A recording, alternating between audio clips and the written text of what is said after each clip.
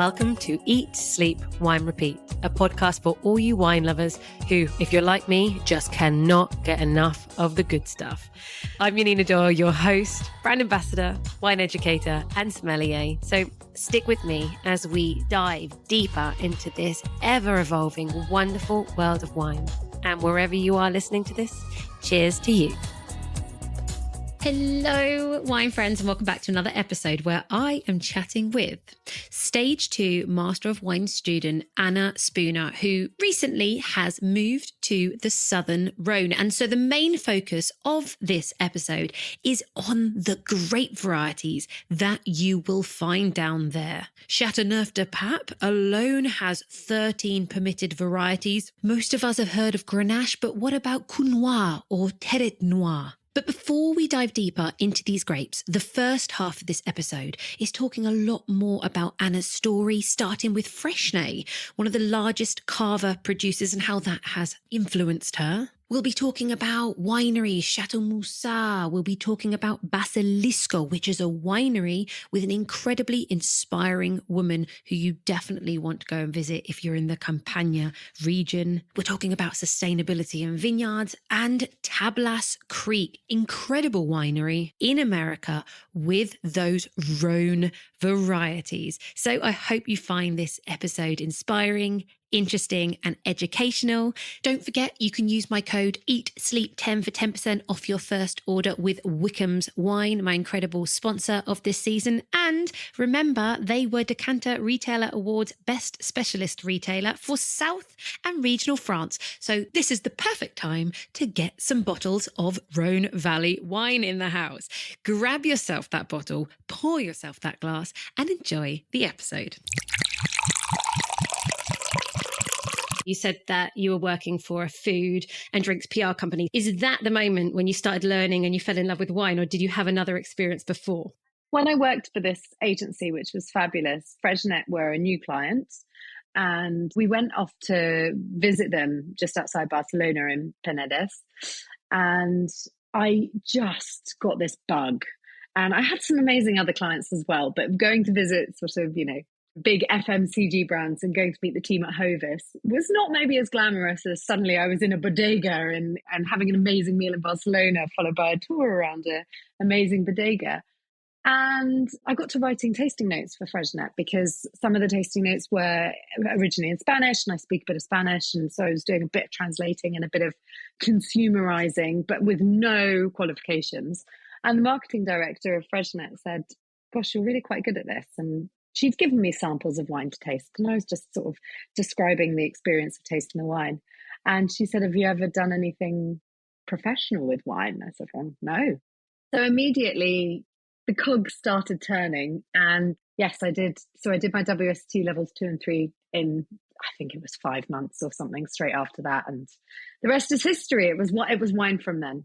So, and Freixenet are a great brand, There's so much stick. I had to write an article ages ago about wines that were most influential wines in my life, and I put Freixenet as number 1. I wouldn't be here. Okay, that's interesting. I think the difficulty is, and I've talked about this on other podcasts, because Freixenet and Cordonnoy account for what? Maybe you actually know the percentage. How much of Cava? I don't know, 90%, the majority. And so then the smaller producers, even though they can produce some fantastic wines, they're so big and it's always going to rub up the wrong way other producers who are only about high quality. Because when we can find £5 Cava on the shelf, it has created brand Cava equals cheap champagne, even though there's so much more. Yeah, and I was working with them at a time before they introduced Prosecco to their range. It was actually being discussed when I was working with them, and now obviously they have these incredibly successful Proseccos that you just see everywhere. But they were a Spanish brand, so there was a lot of debate about, do we go into Italy, and is this the right strategic move for us, which I was really privileged, I should say, to be privy to those conversations. But actually, what was the most interesting thing, before they even kind of got to the point where they said, should we go into Prosecco or should we try our hand at Prosecco? There was a huge conversation around, like, how do we make Cava the next Prosecco? Because Prosecco was really booming at the time, and it had managed to make itself it somehow wasn't the cheap and cheerful brand. It had made itself affordable quality, mini luxury, all of these taglines that we were using in the marketing team being like, why is Cava considered the cheap alternative, whereas Prosecco is the affordable luxury or the little, pop of happiness or the midweek sparkling wine? And so I have fought the good fight for Cava generally as a category since day one in the wine trade. But as you said, Freixenet, great at what it does. And yeah, I mean, the battle to stay at £9.99 on the UK market is a tough one, staying under that price point. But you only have to spend £20 in Cava to get these unreal wines, as you well know. But I just think Cava in general has changed my life. It continues to change my life. She's a fan. Okay. So after you did your level 2 and your level 3, you actually started teaching because you were actually studying at West London Wine School, yeah. That one. So you started teaching, and which, by the way, as well, for anyone listening, Wine with Jimmy, and Jimmy, oh my God, is a ridiculously, insanely good educator. He was on my podcast. He did 2 episodes back at the beginning of last year, 2023. I wrote them down, episode 123 and 124. But you were teaching with him, but you've also done a lot of journalism. So my question to you has been, between the two, where does your passion, is it telling the stories or is it actually educating people and getting them into the wine industry? What do you think you prefer? It's such a good question. I don't know if the two have to be mutually exclusive, and that's a personal view because, and I say that's a personal view because Jimmy's a great storyteller. So he's a wonderful example of how you can do both. He's an incredible teacher in the sense that he takes you on the journey. And often that will involve, photos of trips he's been on, which sometimes when you're stuck in a classroom in midwinter can be a bit of a bitter pill to swallow. But actually he does an amazing job of bringing you on this journey. But from my point of view, I have always been more of a storyteller. Never ever saw myself on the educational route. And actually when I was doing my WSET educator course, so to get trained up as an educator, to teach WSET, I'd done my diploma, I'd completed all the levels, as it were. The first things they said to me when I tried to do the educator course were, we've seen your online tastings, Anna, this isn't that. Stop with the fluff. Obviously, that's far ruder than how they phrased it. They were unbelievably professional and kind. But, there's certain ways of teaching that are a little bit more rigid, I suppose, is the thing. And I don't think you have to learn like that. And wine, I suspect, has slightly fallen into the trap of, we need this very, very rigorous structure in order to get a qualification, in order to be educated. And whilst I fully believe in wine education, I just don't think that one size fits all style of learning is for everyone. And so I'd say the answer is storyteller, but I think you can educate through stories better than a lot of the wine trade do. Well, now you literally touched on the fact that you've been doing these online tastings. And for everybody to know, you actually won not just once, but 2 years running, just there you go. Wipe those shoulders clean. The Decanter Online Wine Experience Awards, right? So quite clearly, you were bringing a lot of the fluff that we that we desire to know about the wine. So what were you doing with these online wine tastings? Yeah, so I was with the Wine Society for 5 years as on their tastings and events team. And during lockdown, we couldn't travel to these incredible... The Wine Society do the most amazing events. The events team there, hats off to them. It's 3 days a week on the road. It's the length and breadth of the UK. So if you're not a Wine Society member, my goodness, join up and check out the tastings because chances are there'll be one near you. But during lockdown, the entire team, what do we do? And we didn't know how savvy technically our members were going to be. So we took a big risk. And basically I had to persuade the business in a really, really scary time where, we were closing our warehouse to restructure it because of, lockdown measures and social distancing. And there I was going, please, can we have a Zoom account? And at first, I don't think I was really a business critical voice, but I got a Zoom account and we started the online program and people wanted to hear about wine. They wanted to taste wine. We set up a program whereby you didn't have to have samples to join in. So it comes back to that storytelling. We were just inviting producers, many of whom you've had on this podcast. It was just crazy and it blew up. We had one of our first events with Châteauneuf-du-Pape, and I think we got something like 1,500 people online to join. My God. Yeah, It was crazy. But how wonderful as well when you think about a Lebanese producer and you got that amount of people. We know in the industry that Chateau Massart is legendary, but also equally very Marmitey. Yeah. Very often I taste the wines and I'm like, no, I'm not sure. No, I don't really want to like this. Or, it's that volatile acidity, but they're iconic. They're brilliant. Yeah. And actually, for anyone listening who's never tried Chateau Massart, it's a tick, isn't it? That an absolute must. But also their wines, the quality for the price point. You can get, I don't know, maybe you can tell me what the Wine Society was selling at. Like, maybe, am I guessing right, 2003 for like £30 or something, Exactly like that, yeah. But I mean, to that point, hit the nail on the head there. We weren't expecting numbers like that. But also the other thing is that was live. There were also people watching recordings afterwards and those numbers were tripling, quadrupling. And we put everything for free on YouTube. And again, you can go on the Wine Society's YouTube channel and there's just a whole host, some of them hosted by me and the team, some of them hosted by me interviewing producers or interviewing journalists. Decanter, basically, they didn't invent the award. I suppose they did. It was a brand new award during 2021. For 2021 and 2022, so the first year and the second year, when I was with the business, we won it. And the team has just won it again. So the Wine Society has won it 3 times. It's my biggest, proudest career achievement, I think. To think I was worried about getting a Zoom account and, please, sir, we have a Zoom account. And I know that nobody knows whether we're all going to have jobs in 6 months and nobody knows what's going to happen, but I'd really like a Zoom account. Yeah, to go from that to basically dominating this Decanter award is amazing. Love that. And so you've left the Wine Society now. You're doing a lot of your own kind of freelance stuff and you are setting up some online videos to kind of keep the wine storytelling going. Is that right?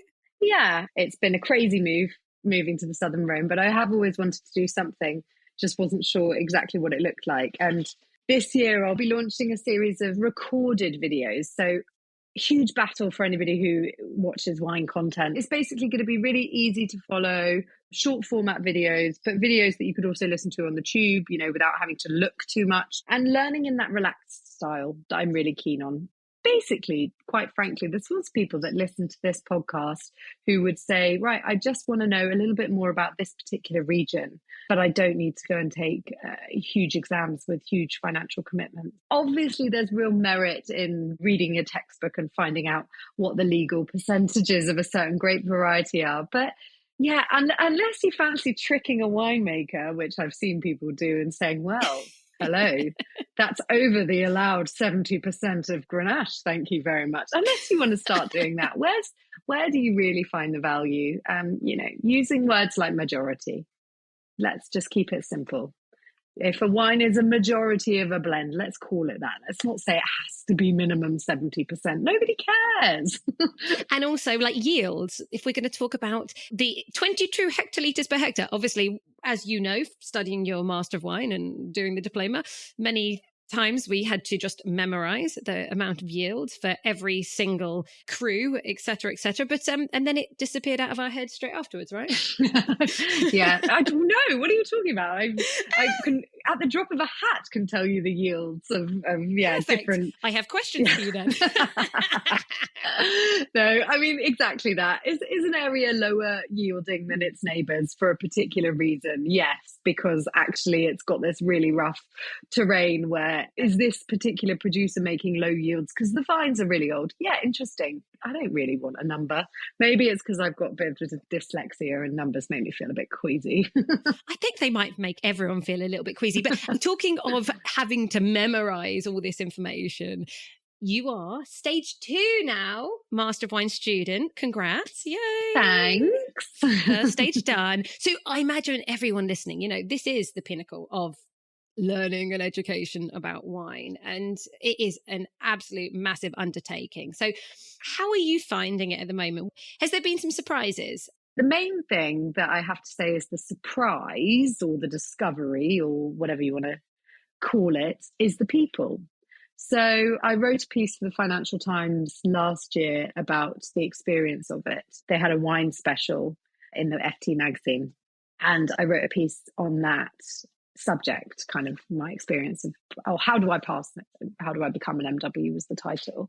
But I touched on and continue to explore my feelings around the people. It's too fast paced to say you discover a wine. You're tasting so much and there's millions of baby discoveries, but the big discovery is people. I'm now friends with people I never expected to be friends with in the most beautiful way. It's this tiny little bubble of insanity that, not even my husband understands. And I'll tell him a story about somebody and he just looks at me so blankly and thinks, why on earth would I care? So you lose all sense of perspective, but those people become essential to you. And somebody on one of our first days said, it was Will Lowe MW, who's actually my mentor, coincidentally, but when we were in Rust, which is where if you're European, you tend to go for your first year of seminar for a week in Austria. And he said, I've got a WhatsApp group with my study group. And even though we've all passed at various stages, but they've all passed, he said, we still talk to each other every day. I kind of thought, sure, whatever. It's true. I'd hate to look at the data on my WhatsApp and see which is the biggest group, because I've got a university girlfriends group that might just beat it, but definitely second would be my MW study group. We speak to them every single day. It's amazing. There is something, isn't there, with wine and with people. And actually, interestingly enough, you talk about your writing. We've already talked about old vines a little bit with the lower yielding. You touched on that. We met on the Old Vine conference trip, didn't we, in Campania in Italy? And you recently wrote an article, and actually you need to win the Jancis Robinson competition. You've been shortlisted last year. You were runner up the year before. Oh. But everybody, you can go to Jancis Robinson's page and you can read these amazing articles. You are a fantastic writer, but actually, can you just extract a little bit of the story of us meeting such an inspiring female winemaker who was so humble? And when I read your article, I agreed with every single part. She truly is a woman that is inspiring. You're in awe, right? 100%. I mean, she's amazing. And to give a bit of context, we were there to discover these old vines. And part of the reason you've mentioned that, I've already mentioned them, and I'm not surprised, because I think old vines for me is where all my passions in wine collide. I'm a country girl at heart, so anything vineyard based I love wineries. They're interesting places, but put me in a vineyard's where I'm happy. Put me in some boots and take me for a stroll and that makes me happy. So that's amazing. But the human element of old vines, this idea of kind of preservation and looking back and forward at the same time, looking back to old history, but working out how to preserve it in a more modern and suitable way, I think that's incredible. So the content itself is amazing, but Viviana is a force to be reckoned with. And I think a few reasons I liked her. One is imposter syndrome, but not in the way that you might think it. I get awful imposter syndrome in the wine industry. I constantly feel, I step into a wine tasting and think, oh my gosh, do people really want to listen to me talk about this? And luckily nobody answers that question, because I'm sure I wouldn't always like the answer. But no, and so I get imposter syndrome. And here was this lady who openly said, I'm not from a wine trade background. I've never really made wine before this job. And she basically met the owners who had this side project, had this incredible winery with very old vines. And it would have been a challenge for anyone taking that on. And she said, well, I'm going to learn on the job. And she's not just learned on the job, she's excelled. And I think actually she's used what is my biggest fear about me in the trade as her biggest strength. So she works with amazing winemakers to help her. She works with, Simonette and Search to do their incredible work with the old vines and the special techniques they've developed for pruning. And so we're talking about, she's not afraid to say, I lean on others. And the counter to that is that she then gives back amazing help. She's employed lots of women in the village who traditionally wouldn't have had work because it wasn't deemed appropriate, or, again, historically, if we want to use that word, wasn't. She said there was a lot of issue with this woman coming in and working in the winery and being in charge. she basically turned what for me would have been the most intimidating, daunting situation on its head, and has not just managed to do it, she's excelled. So honestly, if you've not tasted the wines, they're really small production, Basilicata, and incredible, incredible. The vineyard we visited, Storico Vineyard. Oh my gosh. One of the most beautiful places I've ever been. It's hard to even describe because it's the viewpoint. You're kind of looking down, but it's not super, super steep, but it's like, it makes me feel like, it's like a Hobbit story. You know, you almost feel like you're going down round another corner, and all the vines, of which are kind of creepy and old and gnarly, but then they're right around. There's all these beautiful little flowers, and I don't know, and the smell that wafts through. But then there are these mountains surrounding you, but they're kind of in the distance, and you feel like you're in a very different world, don't you? Yeah, it was breathtaking. And you mentioned the flowers and things. I mean, I'm a complete sustainability freak, and I've never ever seen a vineyard with so much biodiversity in it. If it wasn't a vineyard, if you just removed these incredible vines, which by the way are in an amazing kind of teepee structure, almost farmed very differently to what you might think of traditional trellising systems. And if you took the vines away, it would still be incredible, because this ecosystem that they've got was just amazing. But the vines are the cherry on top of the cake. They're just these beautiful teepees of pleasure. So yeah, I was inspired by the whole trip, honestly. But that vineyard was special. And her. It was really special. And her, exactly. The force.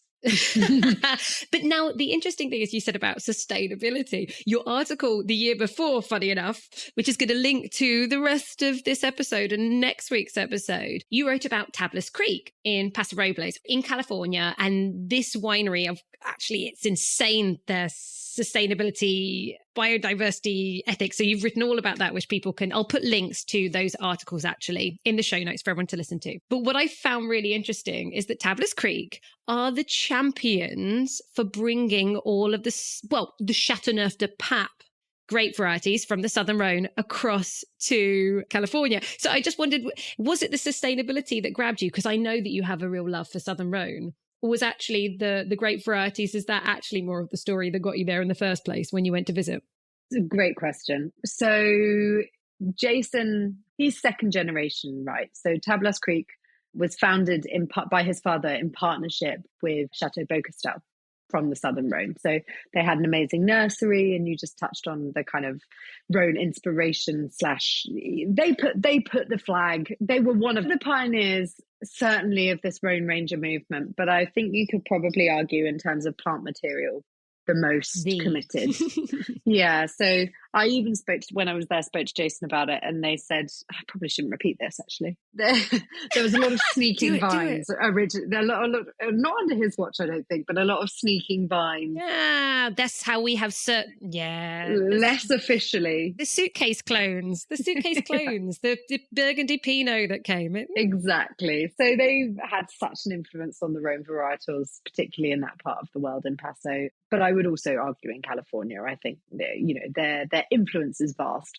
So yes, that was inspiring. I was actually there on a trip with Wines of California in general as a journalist. I was kind of dabbling before I settled into the education sphere. I was dabbling with a bit of journalism as well. And Jason was a little bit amazing. He was fascinating. He knows how wonderful I think he is. I've written about him. He's done work with me for Wine Society. He's done so much stuff for me to help with me and my study group in the MW. He's amazing. Interestingly, what I was saying about the generations is I feel like his father and the Beaucastel tie-up, their focus was really this Rhone, the Rhone movement.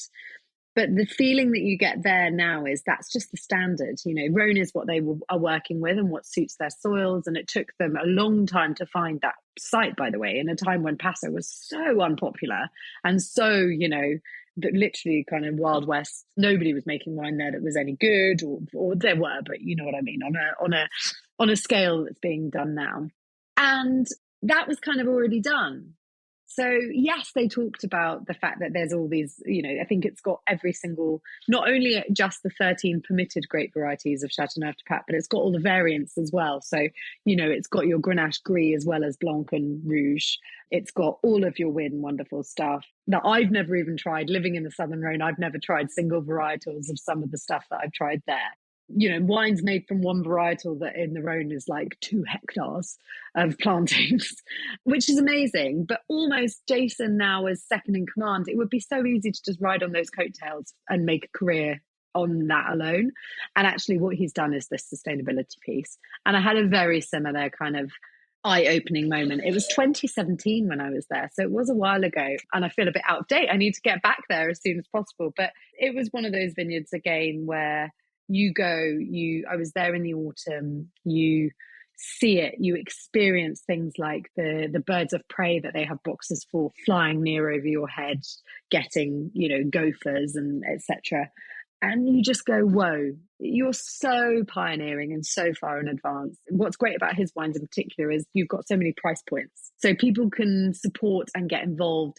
He's just pioneered premium bag-in-box rosé in the States. It was a real struggle for him. He didn't have the setup, so they were doing them by hand initially to even see whether they would sell. I think he launched something like 100 of the 5 litres. Don't quote me on that. Told you I'm awful with numbers. And they sold out in 36 hours or something like that. Again, we're talking smallish quantities at first. And he suddenly went, oh my goodness, we need to do more of this. Because, he's just a guy that says, let's give it a try, or let's do something a bit different. And so actually the Rhone is interesting. Of course it is. There's wines there that you can taste at their cellar door that you won't find in the rest of the world. But the really interesting piece for me is what the direction that Jason has taken the business. So yeah, it's very inspiring. And yeah, Tablas Creek, if listeners haven't come across those wines before, just Google, because they are more available than you'd think. And they have different tiers of quality. So you can kind of buy a £15 Californian wine, which is pretty hard to do for quality stuff, full stop, but they're amazing value for money. And actually, you hit the nail on the head as well. Not only for everyone, now you're supporting a business that deserves to be supported, but like they have, so one of the permitted Châteauneuf-du-Pape varieties, Terret Noir. I mean, is that even how we pronounce it? Terret Noir? Anyway, probably. But they do it 100% single variety. All I know about that variety is it's red and it gives good acidity or like freshness. I don't really know anything more about that because it's typically a blending grape that's going to be a tiniest percentage in a Châteauneuf-du-Pape wine, if at all. I mean, some Châteauneuf-du-Pape wines are just 100% Grenache, aren't they? But it's amazing. Tablas Creek, it's not just that. They do quite a few of them that are 100% single varieties. Yeah, I tried my first 100% Counoise when I was there, and I was like, this is extraordinary. And likewise, there are not rules. Certainly the Southern Rhone is a lot more flexible than many appellations in France, but there are still pretty decent rules, and you can't make 100% of most of these grape varieties because of the whole minimum 60% Grenache or 70 or 75 depending or on something appellation or whatever. Well, it depends. It varies by appellation, and they're a bit flexible with that rule. I can tell you now, being on the ground, that one is probably a little abused. But the idea that somebody not from the region is making these wines is great, because we genuinely wouldn't have. There's a lot of wines that I would never have tried before, and I probably won't ever try again because they're not exported. So it is, you go to the cellar door, you try them, and they're amazing. Yeah, but are they going to be the next Cabernet Sauvignon? Of course they're not. First of all, much harder to grow, less commercially appealing. It's an uphill battle, but are they making them because they're interesting? Yeah, and that's amazing. Very, very cool. Shall we talk about the main red and white grape varieties of, and we don't just have to say Châteauneuf-du-Pape, the most famous Southern Rhone region, because actually they're permitted 13 or 18 if you consider the Noir, Blancs, Gris. Yeah. But there are even more varieties, like Marsanne is not allowed to be in a Châteauneuf-du-Pape, but Roussanne can be. And I mean, for me, that's curious. Where would you like to start letting everybody know the wonderful reds and whites of the Southern Rhone? It's worth noting that you've mentioned there are, I actually don't know this number, but there must be 24 or so permitted grape varieties if you count all different styles, and we could talk about styles of wine in a second, but there are loads of varieties. There are regulations about how much you can blend into certain appellations. There are even pretty big rules. Gigondas wasn't allowed to make white wine until this year. And I don't think many people know that. Baccarat could, Châteauneuf-du-Pape could. Gigondas could only make white wine as of this year. This is the first vintage. I tried my first legal white Gigondas. Legal. Well, you can make a Côte de Rhône, right, from grapes grown in Gigondas, but why would you? Because I think a lot of people were gearing up because the quality was there, but you couldn't sell it for the same price because you have to delist it almost and take it from a cru down to a Côte de Rhône. But actually, there are rules and regulations, but what the Southern Rhone does give you is quite a lot of flexibility. And then that's within the actual Southern Rhone system. So Côte de Rhone Village, Cru, which we can talk about in a second. But then you have these things called satellites. And that's talking about things like Mont Ventoux, which actually has flip-flopped slightly from being included in it's not always been grouped with the Rhone. But you start to talk about that and you get into a whole other world. I mean, we could talk for hours just on the wines of Ventoux because there is such variety. The Merlot being grown there is very interesting. Some of my favourite wines coming from the Southern Rhone at the moment, which are increasingly popular in trend, are Vermentino, or Rolle, as it's known in Provençal or in French certainly, but Provençal too. And Vermentino, Italian grape variety, grown here. It has got some... it's very historic here as well. As it's not something that's just popped up here from Italy. This is a very, very historic wine here, but it's becoming really popular and they're making amazing wines from that. So I'm going to give you the textbook if you like it. I'll give you the textbook, but I think it's really worth noting that the entire region of the Southern Rhone is unbelievably dynamic. And depending on where your limitation of what is and isn't to be included in the word Southern Rhone, there are endless opportunities when you start to talk about those satellites and IGP wines, etc. But the main ones really that you want to think about in the Southern Rhone, for reds, it's that GSM blend, so Grenache, Syrah, Mourvèdre. And in terms of the styles of wine that they make, they're much better, in my opinion, here, and I say here very strongly as a trio, because there are parts of the world where, for example, really fine wine from single varietal Grenache is amazing. I read today, actually, in McLaren Vale, it's now the most expensive grape by ton, Grenache. Well, that says something, doesn't it? Yeah, and I think that there's this incredible movement of people making Grenache in a more Pinot Noir style, which is very interesting. Older vines, higher altitude, absolutely. Yeah. Yeah, it's happening a bit in Spain. It's definitely happening in California, a tiny bit in Chile as well. The thing is, the Southern Rhone is probably a bit too warm to ever get that real Pinot style, but you can get great wines just made from Grenache. But for anyone less familiar with the grape, it tends to produce high alcohol. That's because it naturally produces high sugars. It has a moderate acidity. I would never describe Grenache as a low acidity, but it's definitely not naturally as high. It's red fruit generally, and again, that's a really general idea. But I think here, particularly where we are in the Southern Rhone, one of the things that Grenache does that I love is it gives you that amazing herbaceous character that I really don't think you can find anywhere else. And I hate using language that other people don't understand. And I'm about to say Garrigue? I am, yeah. I walk my dogs every day. Oh, she did it. I know, I did it. I walk my dogs every day. And I'll tell you what Garrigue really is, because let's be honest, Garrigue sounds pretentious. I walk my dogs every day in the vineyards behind our house. There is wild thyme. There is a kind of like cousin of lavender. There is also lavender. And then it's this kind of, it's not a verbena smell, but I'm not entirely sure what it is. Juniper, no? Yeah, what, like a Genepe drink? That's what I think of when I think of Juniper. Genepe is a personal favourite beverage. No, yeah, it has got that kind of like sweet, not anise, but yeah, that kind of something to it. And I love it when the dogs run through that because they smell fantastic when they come back to me. So when people are talking about Garrigue, it is very much that dried herbal note. And you can avoid using pretentious terms like Garrigue and just say dried herbs. But I think it's that very specific wild lavender, thyme. It's floral, but it's still not quite just floral on its own. And it's dried herbs, but then maybe there's a minty, like this sweeter intensity. So it's It's Garrigue.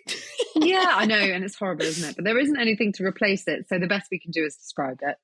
And so that's Grenache for you, and that's Grenache Rouge, and that's the big boy down here. It's very much supported by Syrah and Mourvèdre. But before I go into those, what's really interesting about Grenache is I read a study about people that tested to see, very much smarter than me, sciencey people who tested to see what the perfect set of parameters would be for a grape variety to be resistant to both drought and heat. And they kind of did, modeling. And they said, here's what the grape needs to have, et cetera, et cetera. And Grenache comes out at 98% hit. There is no grape variety. Wow, yeah. So okay. A lot of people say, oh, but Mourvèdre is great because it's drought resistant and it's kind of the next up and coming grape around here. And that's true. Lots of people are planting Mourvèdre, but they're planting it instead of Syrah, not instead of Grenache. Syrah is going to struggle here with climate change, with the heat and the drought. Mourvèdre isn't. So historically, where it would have been a GSM blend, Grenache, Syrah, Mourvèdre, it's probably going to become a GMS. So swap those two. But actually, the reality is that Grenache still produces, yes, at higher alcohols, but Grenache still produces incredible wines in the conditions here, which are high levels of drought and high, water stress, effectively, and high temperatures. And there is no, apparently, according to this study, and I think it was by Agro Bordeaux, there is no better grape variety. I'll check that. I'll tell you what, I'll send you a link if I can find it, because it's a really good study. But it's basically said there is no better grape variety for these conditions. Ancestors were onto something, let's put it like that. So Grenache will continue, in my view, to dominate the Southern Rhone. But as I mentioned, Syrah, Mourvèdre, the two main supports, will probably swap. So secondary become Mourvèdre. It is more drought tolerant. It tends to have a herbaceous note as well, but much darker. My mum always says it reminds her of farmyards, and I can get that. It can be a little more earthy. It certainly can have a licorice feeling to it. But actually, Mourvèdre produced solo in places like California, where it's a bit more trendy, on a lighter touch, is actually a very elegant and beautiful wine. So don't be put off. And I think it's always got a bit of a bad rep that it's the rough and ready of the trio. And that's just not true. I think it's probably been a little bit underloved in the region. And yeah. That's true. Yeah. It's not just maybe the salt and pepper. It's not maybe just the drums at the back of the band. Maybe actually, it can be, I suppose it's the older the vines, the more, if the winemakers are dealing with those yields that we talked about, then you can possibly control the slightly chunkier version. That, for instance, Monastrell down in Humilla, down in Spain, that's where you're gonna see Mourvèdre, known as Monastrell, there as the beefy, full-bodied style, right? So yeah. Yeah, and it might be, producers are experimenting around here with picking Mourvèdre earlier. What does that do? So that's an interesting comment. But Syrah is going to struggle. There's no two ways about it. There are certain regions that will be better than others. But for example, Châteauneuf-du-Pape is one of the warmest places in the whole of the Southern Rhone. And there's a reason why the best wines are usually, you can get some amazing 100% Châteauneuf-du-Pape. Syrah struggles amongst other things. In Châteauneuf, 100% Grenache in Châteauneuf-du-Pape. Because Syrah struggles and you don't need it as much, and Grenache thrives. There are places where Syrah does slightly better. So when you start to get a touch of altitude, it tends to come into its own a bit. Vanceau is one of the cru that sits slightly separately to some of the other crus of the Southern Rhone. And there's quite a lot of nice Syrah produced there. So there are pockets of good Syrah, but it tends to, if you ask anybody what it does, it's like the backbone. It provides the structure and it provides a bit more tannin and a bit more acidity and also the darker fruits, although, can be red fruited too. Structurally, it tends to be that support. If you want to have a Bordeaux comparison, then the two I would compare would be Merlot being the sort of fruity, friendly one. That's Grenache. And then you've got your structured, more lean style, which is Syrah, which is Cabernet. But I don't think that's the greatest comparison. But for anyone who wants a frame of reference and knows Bordeaux a bit better, that's one way of thinking about it. Generally, those three are the main ones. So there is a little bit of flex, but you mentioned salt and pepper, and I do love that term because there is seasoning from other grapes. And particularly when you move into Châteauneuf, which has a bit more flexibility on those grapes, yes, there is. But in reality, the reds are maybe a little more rigid. The whites are where things get really quite flexible. I wouldn't say there's a cookie cutter version of a white in the Southern Rhone. Historically, it's been Grenache Blanc based. Again, the DNA, although the colour of the grape is different, the DNA is still very suited to the climatic conditions. But for the reasons I kind of just described, Grenache is a little lower in acidity. And there is a huge consumer trend, not just in the Rhone, but globally for these fresh, lighter white wines.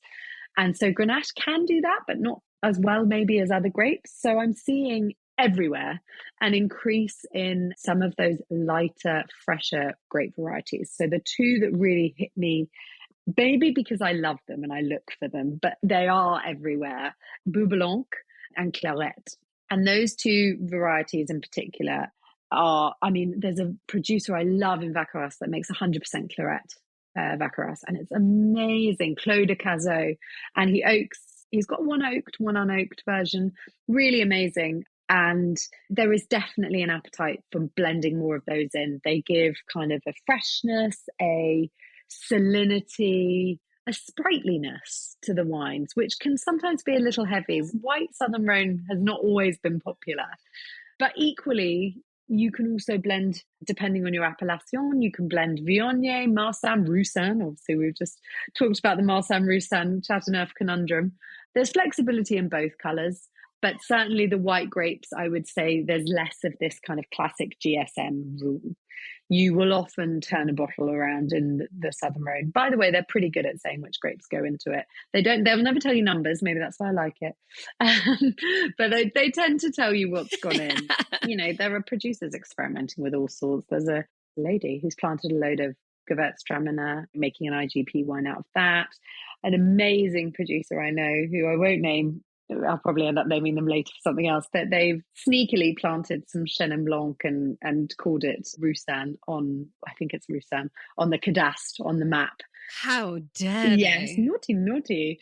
It's great living in a place because you get all these inside scoops. So it's actually Chenin that's going into their blend, and it's amazing.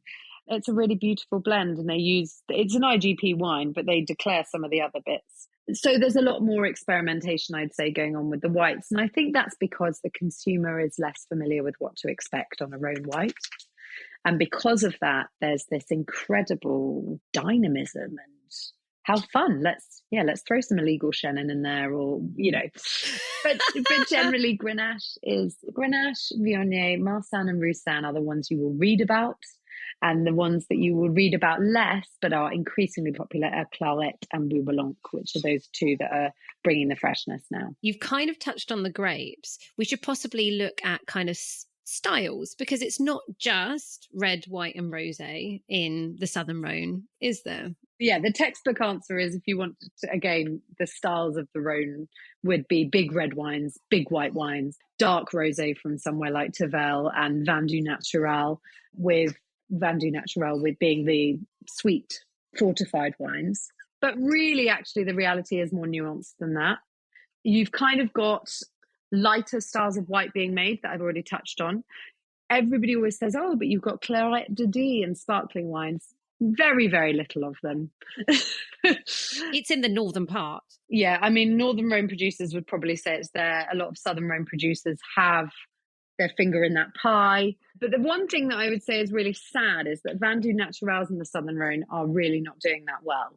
So they're incredible wines. Rasteau, for example, is a sweet red Vin du Natural. And what's a bit of a shame there is, if you're into port, particularly your lighter ports, so your reserves, it's a really great French alternative. And I asked somebody the other day, who's your main target market for your VDNs, your Vin du Naturals? And they said restaurants to make sauce. And that broke my heart. And that was a genuine answer. You know, people are not buying these wines anymore. And not only are they a little touch of history, they're actually also really good quality.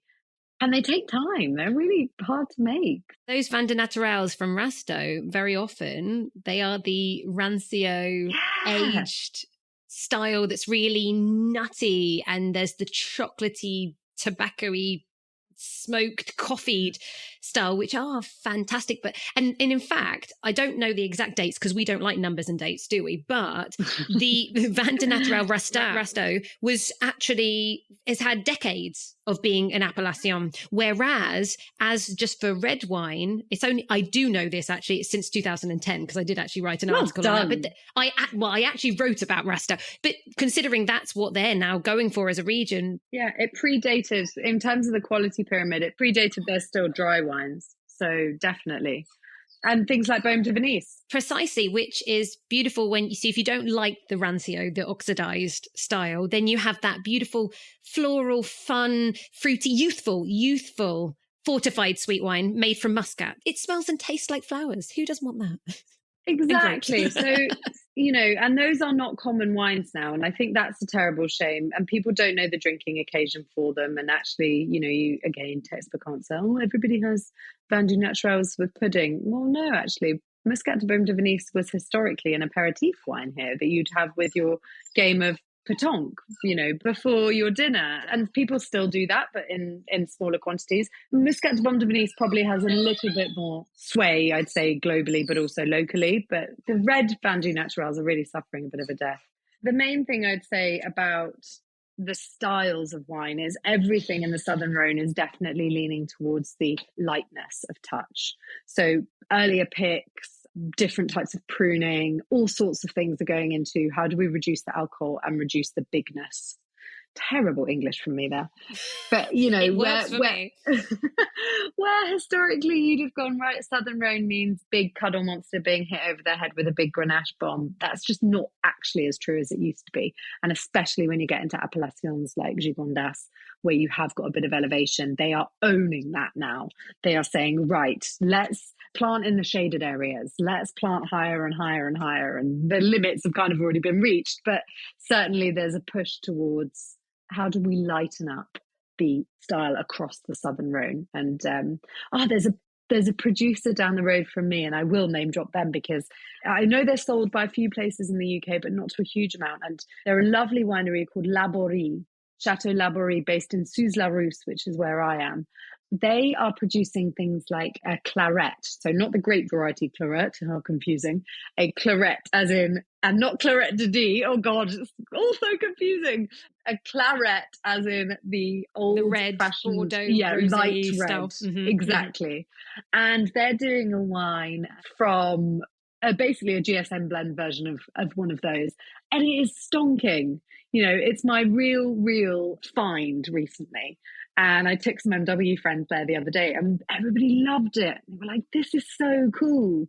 Very light extraction. So it kind of looks like, it doesn't quite look like a dark rosé. It's very much more on the pale red side. And don't get me wrong, I tried it with my parents who've lived here for 8 years and are very used to the traditional styles and they hated it. It confused them. Yeah.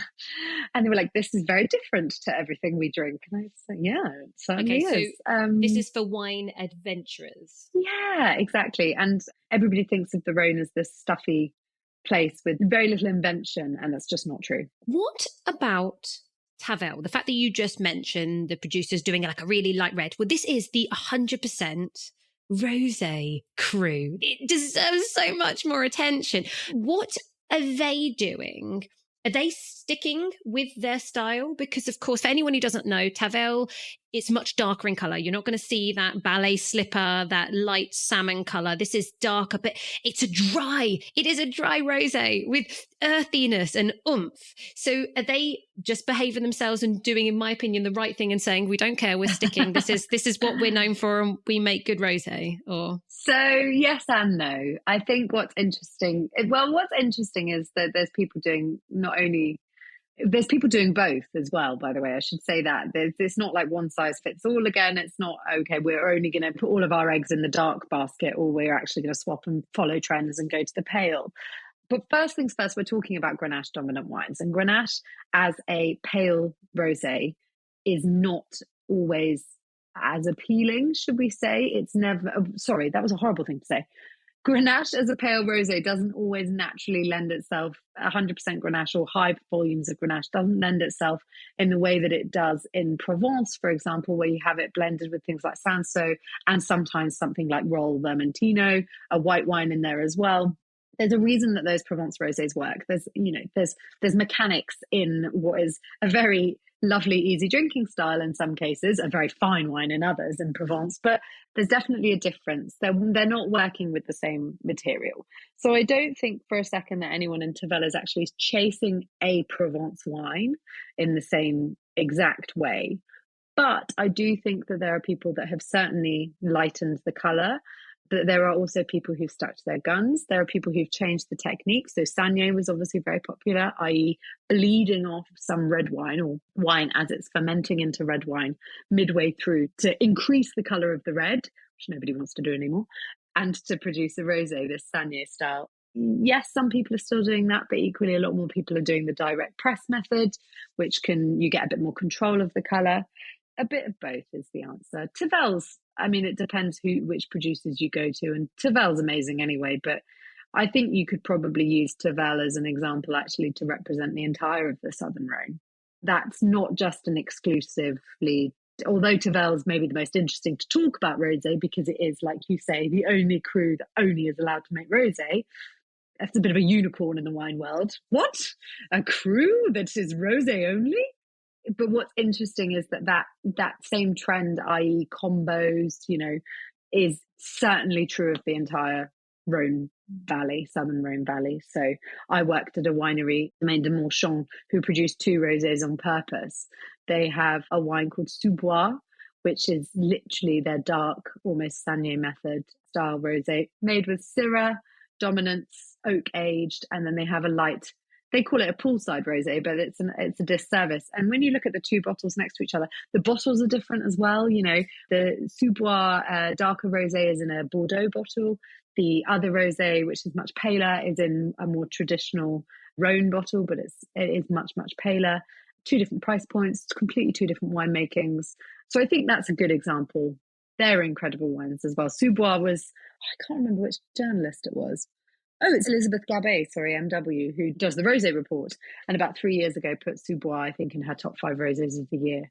It's this gastro wine. It's like the Tavels of old. And that, hopefully, people, it's not just about Provence. I'm just like that. I feel like one of our jobs in the wine world is to get people continue enjoying what everyone else is enjoying, but step away and experiment with different styles, right? Yeah, and it's funny, isn't it, how I've just mentioned that claret from the winery near me. The reds seem to be getting paler and paler and paler. And that is bordering into rosé territory. And yet people have the fear to do the opposite, which is to let the rosé get darker. And you kind of just want to say, at some point they meet in the middle. At some point, it's hard to say which is which. But there's definitely a desire of consumers to move to paler reds. A nervousness about darkening up a rosé. I think we maybe just all need to reconsider drinking occasions slightly. We don't need to have only rosé in an ice bucket when it hits 25 degrees C and we're all a little warm and we say, let's get the rosé on ice. Actually, a really dark, beautiful Tavel or a beautiful dark Spanish rosé, or, it doesn't have to be Tavel, but obviously I would love to trumpet the Southern Rhone rosés. But those are amazing, slightly less chilled, with food, incredible. There was this amazing rosé going back to California from Antica Terra. And I used to sell, very expensive, everyone. So I'm not recommending you all run out to get it, but it was incredible. And I'm sure it was made from Pinot Noir. Anyway, and I worked for a restaurant where we served steak and crab, Norwegian king crab, at the same time. So it was very difficult to come up with ideal pairings because very often people just wanted 1 bottle of wine and you're like, oh, what do I do? So I had a selection of rosés on the list that were very big rosés. And what I would often get people to do is that rosé would be taken out of the fridge, and I'd recommend that they start with their Norwegian king crab and have the bottle of wine on the table just warming up. So by the time they got to their steak, now your rosé wine is actually becoming, where does the rosé stop and where does the red wine start? And actually, when you change the temperature, you change the texture in your mouth and the feel. And it actually was a really interesting experience. So that was just a wine that just sticks in my head for the one that I used. But yeah, I'd love to try that with Tavel. And I imagine it would be a lot better price point. Yeah, that's the amazing thing as well, isn't it? That, you know, some of the versatility of a Tavel rosé for the price point is second to none. But I always found paella quite a hard dish to pair with because there's a lot going on. Spice, chorizo, often fish. Very good point. Yeah, and so I found that it was particularly the Sous-Bois is now my go-to. It was very uninspiring of me that I use this exactly the same wine whenever I make paella, but it's really helpful to have a wine that you know works. And the reason it works is it's still got some lovely freshness to it. But the reality is, you know, because there are meats that need a bit more oomph, etc., and the spice, blah, blah, blah, blah, sometimes a rosé is going to be better than a white. Done. Tick. Everyone. Now you understand. Yeah.